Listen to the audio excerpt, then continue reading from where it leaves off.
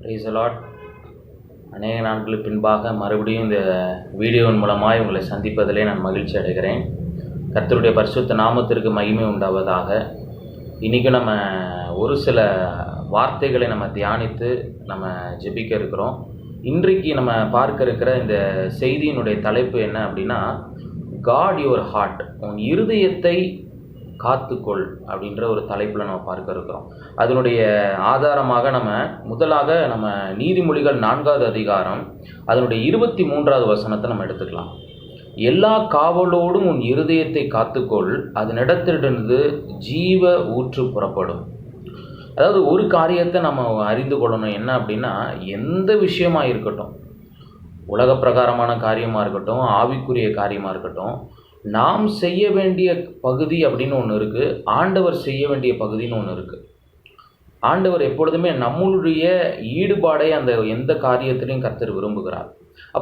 இப்போது இந்த இடத்துல ஒரு காரியம் சொல்லப்படுகிறது.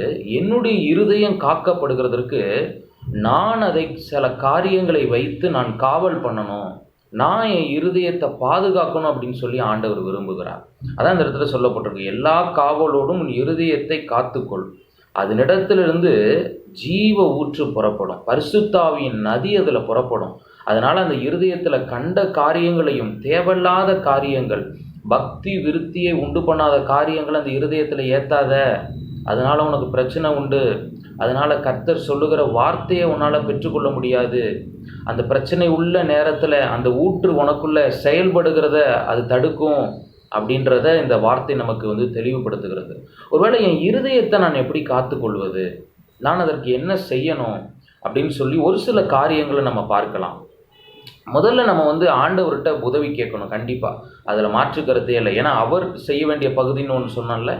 ஸோ அது ஆண்டவர்கிட்ட ஆண்டவரே, ஏன் இருதயம் காக்கப்படணும், ஏன் இருதயம் அநேக நேரத்தில் அந்த சூழ்நிலைக்கு ஏற்றது போல் அலைக்கழிக்கப்படுகிறது, உங்கள் பலன் இல்லாமல் என் இருதயம் காக்கப்பட முடியாது அப்படின்னு சொல்லி ஆண்டவர்கிட்ட முதல்ல நம்ம சரண்டர் பண்ணணும். Complete surrender to God. நிறைய நேரம் நம்ம செல்ஃப் கான்ஃபிடென்ஸு, நான் பண்ணிடுவேன், நான் செஞ்சிருவேன். சில பேர்லாம் சொல்லும்போது, இந்த அடிக்ஷன்லேருந்துலாம் நான் வெளியில் வந்துடுவேன், இதெல்லாம் ஒரு பெரிய விஷயம் இல்லை, நான் நினச்சா விட்டுருவேன் அப்படிலாம் சொல்லுவாங்க. ஆனால் அவங்க கடைசி வரைக்கும் விட மாட்டாங்க. அப்போது முதலாவது நம்ம என்ன புரிந்து கொள்ளணும்னா, நான் எடுக்க வேண்டிய சில காரியம் உண்டு, என்னால் முடியாத சில காரியங்கள் இருக்குது, அதுக்கு ஆண்டவர் தான் செய்ய முடியும். அப்போது என் இருதயம் காக்கப்படுகிறதற்கு நான் எடுக்க வேண்டிய சில தீர்மானங்கள் உண்டு. எனக்கு உதவி செய்கிற ஆண்டவரும் எனக்கு தேவை. அப்போ ஆண்டவர்கிட்ட முதல்ல கம்ப்ளீட்டாக சரண்டர் பண்ணி, எனக்கு நீங்கள் உதவி செய்யுங்க, அநேக தவறான சிந்தனைகளுக்குள்ளே போகிறேன், நான் அநேக என்னுடைய மனநிலைமை சீராக இல்லை அப்படின்னு சொல்லி அதை ஒத்துக்கொண்டு. ஏன்னா வசனம் சொல்லுகிறது, தாழ்மையுள்ளவனுக்கு தான் அவர் கிருபை அளிக்கிறார். யார் ஒருவன் தன்னை தாழ்த்துகிறானோ, யார் ஒருவன் தன்னுடைய இயலாமையை ஒத்துக்கொள்கிறானோ, அவன்தான் தன்னுடைய வாழ்க்கையில் தேவ கரத்தை பார்க்க முடியும். ஒருவேளை நம்ம இதில் இருதயத்தை காத்துக்கொள்கிறதுக்கு எப்படி அப்படின்னு சொல்லி நம்ம பார்க்கும்போது, எபேசியர் 6வது அதிகாரம் அதில் 14லேருந்து 17 வசனங்கள் நமக்கு பரிச்சயமான வார்த்தை தான். அதில் சொல்லப்பட்டிருக்கிற வார்த்தை என்ன அப்படின்னா, நம்ம தேவனுடைய சர்வாயுத வர்க்கங்களை தரித்து கொள்ளணும்னு சொல்லப்பட்டிருக்கிறது. நீதியாக நடக்கணும், சத்தியத்தை நம்ம ஏற்றுக்கொள்ளணும், விசுவாசத்தை காத்துக்கொள்ளணும், வேத வசனத்தை நம்ம கை கொள்ளணும், நம்முடைய சூழ்நிலையில் அந்த வசனத்தை பயன்படுத்தணும். இப்படி பல காரியங்கள் இருக்குது. அதற்குள்ளே நான் போகலை. பட் இது பாதுகாக்கிறதுக்கு ஒரு பகுதி என்ன அப்படின்னா, இந்த காரியங்களை நம்ம கை கொள்ளணும். நம்முடைய வாழ்க்கையில் ஒரு தீர்மானம் எடுக்கணும். நான் சத்தியமாய் நடப்பேன், நான் நீதியான காரியங்களை நான் கை கொள்ளுவேன். மற்றவங்க ஏமாத்துறாங்க, இதெல்லாம் பண்ணுறாங்க, இல்லை, என் இருதயம் காக்கப்படணும்னா இந்த மாதிரி காரியங்களை நான் என் வாழ்க்கையில் நான் செட் பண்ணணும். விசுவாசத்தை நம்ம பாதுகாத்து கொள்ளணும். வசனத்தை அதிகமாக மனப்பாடம் பண்ணணும்.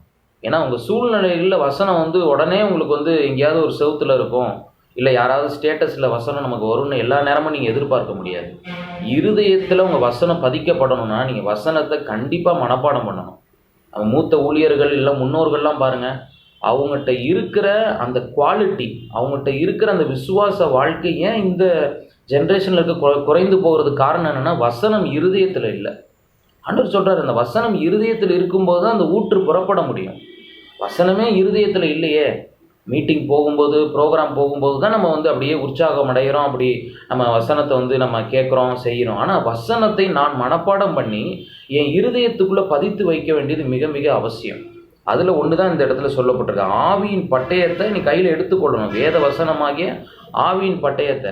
வசனம் தெரிஞ்சால் தானே நான் சூழ்நிலையில் பயன்படுத்த முடியும். அந்த பட்டயத்தை வைத்து நான் என் பிரச்சனையை நான் வந்து மேற்கொள்ள முடியும்.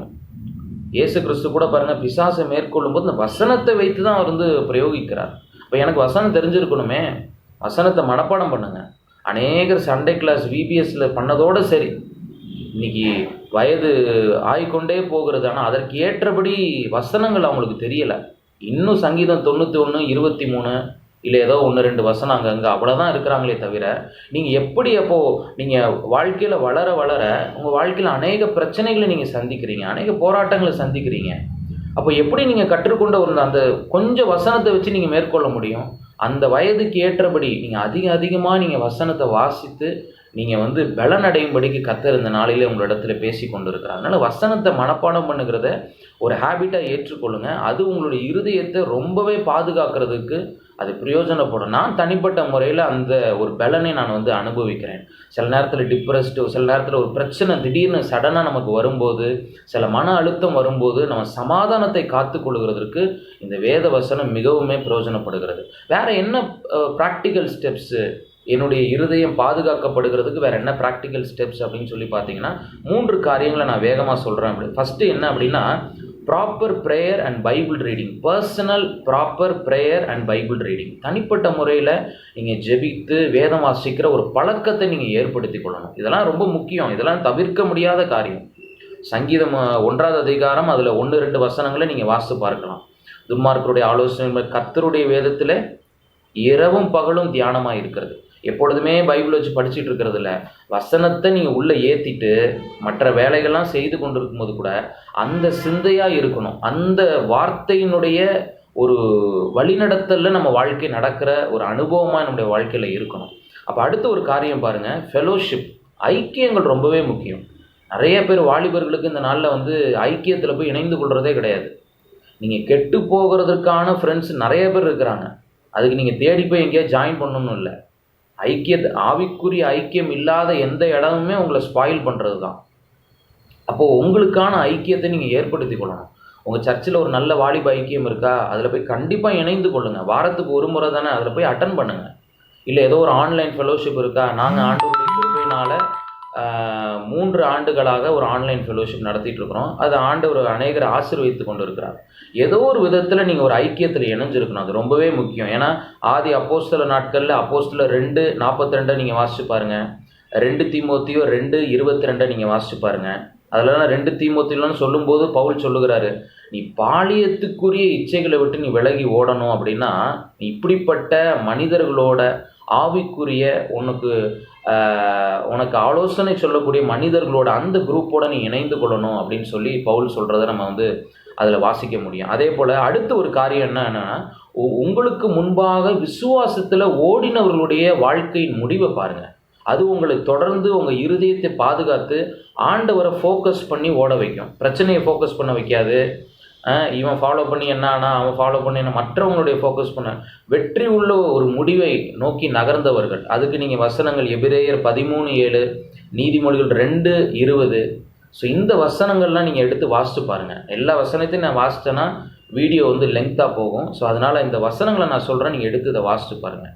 அதே போல் நான் சொன்னது போல் இந்த வசனத்தை நீங்கள் இருதயத்தில் பதித்து கொள்ளும்போது அநேக காரியங்கள்லேருந்து நீங்கள் பாதுகாக்கப்பட முடியும். யோவான் 8:32 நீங்கள் வாசித்து பார்த்தீங்கன்னா, சத்தியத்தையும் அறிவீர்கள், சத்தியம் உங்களை விடுதலையாக்கும். அப்போ இந்த வேத வசனத்தினுடைய காரியம் உங்களை வந்து அநேக பிரச்சனைகள்லேருந்து அநேக போராட்டங்கள்லேருந்து உங்களை விடுதலையாக்கும். அதான் சொல்லப்பட்டிருக்கிறது. ஆண்டவர் சொல்கிறார், நானே வழியும் சத்தியமும் ஜீவனுமாய் இருக்கிறேன். அது உங்களுக்குள்ள ஒரு ஜீவனை கொடுக்கும். இந்த வார்த்தை, இயேசுவாகிய வார்த்தை உங்களுக்குள்ளே வரும்போது உங்களுக்கு ஒரு ஜீவனை கொடுக்கும். ஸோ அதே போல் நம்ம அநேக காரியங்களை நான் இனிமேல் பார்க்க மாட்டேன். தேவையில்லாத காரியங்கள், சினிமா, அன்வான்ட் சில வெப் சீரிஸு, இந்த மாதிரி காரியங்கள் உங்கள் இருதயத்தை கட்டாயம் கரைப்படுத்தும். என்ன வசனம் தெரிஞ்சிருந்தாலும், என்ன நம்ம செய்திகளை கேட்டு நம்ம வந்து உணர்வடைஞ்சிருந்தாலும், நீங்கள் அதை ப்ராக்டிஸ் பண்ணாதபடிக்கு இதெல்லாம் உங்களை தடை பண்ணும், மட்டுப்படுத்தும். அப்போ நீங்கள் தான் அதை வந்து தீர்மானம் எடுக்கணும். சும்மா நம்ம கேள்வி கேட்டுகிட்டே இருக்கிறதுல பிரயோஜனம் கிடையாது. சினிமா பார்க்கக்கூடாதுன்னு எங்கே சொல்லியிருக்கு? இப்படிப்பட்ட காரியங்கள்லாம் நம்ம கேட்டுக்கிட்டே இருந்தோம்னா கேட்டுகிட்டே இருக்க வேண்டியதான். ஒரு ஆண்டவருடைய பிள்ளை சினிமா பார்க்கக்கூடாது, ஏன் பார்க்கக்கூடாதுன்னு கேள்வி கேட்கவே மாட்டான். ஏன்னா அவனுக்கே தெரியும். தியேட்டரில் போய் நீங்கள் பாருங்கள், பக்கத்தில் இயேசு கிறிஸ்து உட்கார வச்சுட்டு நீங்கள் பார்க்க முடியுமா? சொல்லுங்கள் பார்ப்போம். இதுக்கு பதிலே தேவையில்லையே. இது ஒரு கேள்வியே கேட்க வேண்டிய அவசியமே இல்லை. நீங்கள் அப்படி ஒரு கேள்வி கேட்குறீங்கன்னா உங்களுக்கும் ஆண்டவருக்குமான உறவு சரியில்லைன்னு அர்த்தம். 10 வருஷமாக சர்ச்சுக்கு போகிறீங்க, அப்பயும் உங்களுக்கு சினிமா பார்க்குறது தவறு இல்லை, இல்லை அதை குறித்து எனக்கு பெருசாக உணர்வு இல்லை அப்படின்னா உங்களுக்கு ஆண்டவருக்கு தொடர்பு இல்லைன்னு அர்த்தம். ஏதோ ஆரம்ப விசுவாசத்தில் இருக்கவன் கேட்குறான்னா அது வேற. ஆனால் எப்படிப்பட்ட நிலைமையில நாம் இருக்கிறோம் யோசிச்சு பாருங்கள். அப்போ இந்த காரியங்களை உங்களோட வாழ்க்கையை விட்டு அகற்றி வைக்க வேண்டியது மிக அவசியம். இன்னொரு காரியம் என்ன அப்படின்னு நீங்கள் பார்த்தீங்க அப்படின்னா, நம்மளுடைய வாழ்க்கையில் இந்த ப்ராக்டிஸை நம்ம கொண்டு வரணும். என் இருதயத்தை பாதுகாக்கிறதுக்கு இதெல்லாம் நான் இனிமேல் செய்ய போகிறேன். அப்போ இதை நீங்கள் ஒரு ரெகுலர் ப்ராக்டிஸில் கொண்டு வரணும். அதுக்கு ஒரு முயற்சியை நீங்கள் எடுக்கணும். ஏன்னா சிலருக்கு சில காரியம் ஈஸியாக இருக்கும், உடனே டக்கு டக்குன்னு எல்லாத்தையும் இப்போ செஞ்சுருவாங்க. சிலருக்கு சில காரியத்தில் நம்ம எதில் வீக்காக இருக்கிறோமோ அதில் ப்ராக்டிஸ் அதிகம் தேவை. ஒருத்தன் 30 மார்க் எடுக்கிறவனா இருக்கிறான், ஒருத்தன் 80 மார்க் எடுக்கிறவனா இருக்கிறான் அப்படின்னா அவனுக்கு இவனுக்கும் நிறைய ப்ராக்டிஸ் தேவை இருக்கும். 80 மார்க் எடுக்கிறவன் இன்னும் கொஞ்சம் எஃபர்ட் போட்டால் போதும். ஆனால் 30 மார்க் எடுக்கிறவன் அவன் ஒருவேளை 70 80 எடுக்கணும்னா அவனை விட டபுள் மடங்கு இவன் ப்ராக்டிஸ் போடணும். அப்போது நமக்கு எந்த பகுதியில் நம்ம வீக்காக இருக்கிறோமோ அதில் நம்ம இந்த வசனத்தின் அடிப்படையில் இந்த சொன்ன ஆலோசனையெல்லாம் நீங்கள் ப்ராக்டிஸ் பண்ணணும். Proper prayer, Bible reading, fellowship, அப்புறம் உங்களுக்கு முன்னாடி ஓடினவங்களுடைய காரியங்கள், விசுவாசங்கள், அந்த சாட்சிகள்லாம் கேட்டு உங்களை பலப்படுத்தி நீங்கள் ஓடணும். அப்படி நீங்கள் ஓடும்போது உங்களுடைய வாழ்க்கையை பக்குவப்படும். உங்கள் வேற ஒரு பழக்கத்துக்குள்ளே நீங்கள் வந்துடுவீங்க ஆட்டோமேட்டிக்காக. பயப்படாதீங்க, ஒருவரும் நீங்கள் பயப்படாதீங்க. உங்களுடைய இருதயம் இப்படி இருக்குதே, என்னுடைய இருதயம், என்னுடைய மைண்ட் என் கண்ட்ரோலில் இல்லையேன்னு சொல்லி நீங்கள் பயப்பட வேண்டியது இல்லை. ஆண்டவர்கிட்ட அப்படியே ஒப்பு கொடுத்து இந்த காரியங்கள்லாம் ஃபாலோ பண்ணுங்கள்.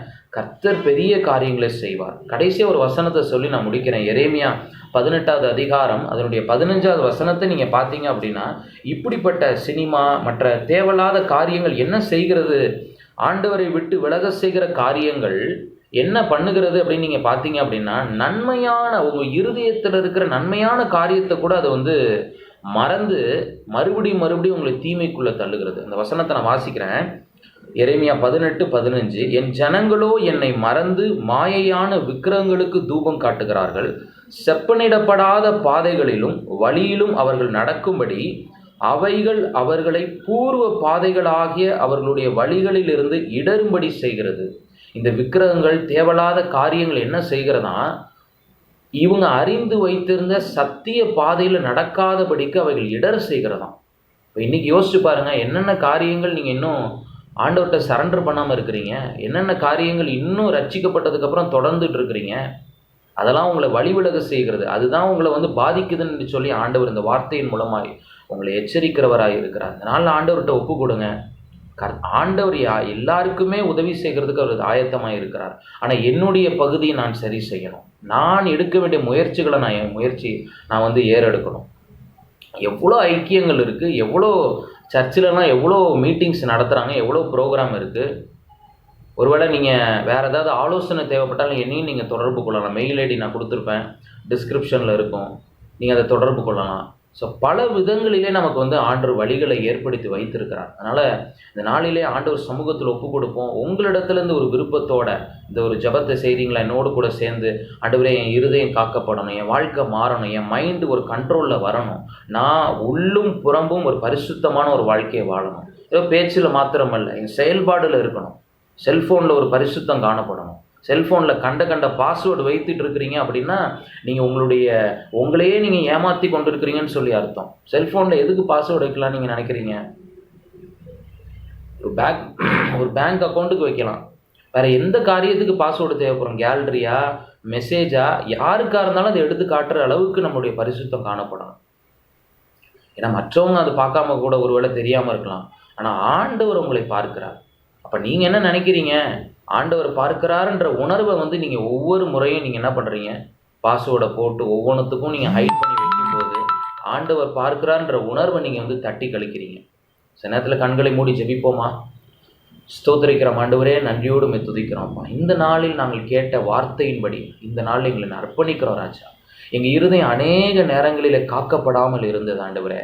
நாங்கள் காவல் பண்ணலையே ஆண்டவரே, உங்கள் வார்த்தையை நாங்கள் மறந்து போனோம், உங்கள் வார்த்தையை நாங்கள் அறியாமல் போனோம் ஆண்டவரே. கர்த்தர் எங்களை மன்னிப்பீராக. ஆண்டவர் எங்களை மன்னியுங்க ஆண்டவரே. இந்த நாளிலே கேட்ட ஆலோசனைப்படி எங்களை நாங்கள் காக்க அர்ப்பணிக்கிறோம். இந்த நாள் முதல் கொண்டு ஒரு மாற்றம் எங்கள் வாழ்க்கையில் ஏற்படட்டும் ராஜா, ஒப்பு கொடுக்குறோம். என்னோடு கூட சேர்ந்து ஜெபிக்கிற அத்தனை பேரையும் அப்படியே நீங்கள் ஆசீர்வதிங்க, பலப்படுத்துங்க. ஆண்டவர் இயேசுவின் நாமத்தில் ஜெபிக்கிறோம் ஜீவன் நல்ல பிதாவே, ஆமேன் ஆமேன். So god bless you. பிரயோஜனமாக இருந்ததுன்னா கண்டிப்பாக உங்களோட நண்பர்களோடு பகிர்ந்து கொள்ளுங்கள். ஆமேன்.